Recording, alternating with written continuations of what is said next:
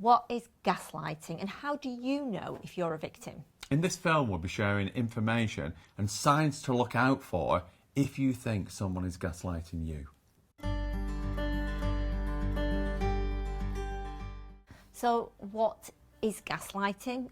Basically, it's a covert and progressive psychological and emotional abuse where you're being manipulated without actually, and it's because it's progressive you don't realise, and that manipulation is very much based upon putting you down and making you doubt everything that you think about, everything that you feel, all your opinions, your experiences, so that you actually become quite fearful of saying or doing something completely wrong.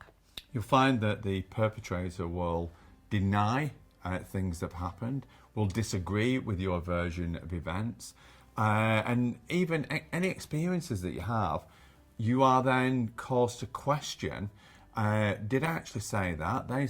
I'm sure I felt like I did, but they're saying something different.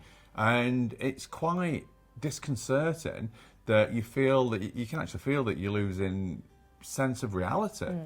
And because you're to blame for everything, or made to believe that, obviously you're not, but that's how you're made to believe.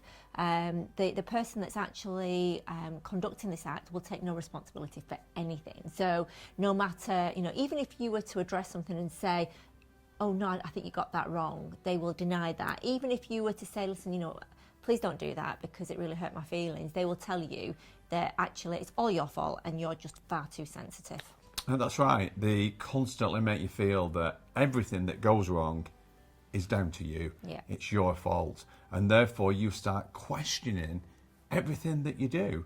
And to the point that it's far easier just not to do anything, because then at least that way you're safe, you're not going to get criticised, you're not going to get judged, you're not going to get unfairly treated. But ultimately, this is not your fault. Yeah, but criticism is the big thing. So you will maybe be told that that you're stupid, that you're an idiot, that you looked at that person in the wrong way, that you said that in the wrong manner, to the point literally where you question every single thing. And like Nick said, it comes to a point where it is just better to try and sit quiet. And even when you do tentatively try to explain how you're feeling or put an opinion across, you do so in a really fearful manner because you're worried about the repercussions of everything that you say and everything that you do. If you're not careful and you don't do something about this, you can just retract into your shell and you end up being socially anxious, should I say, even anxious, Yep. either, and having all sorts of problems. So it's really important that you speak out and you talk to someone and you get help.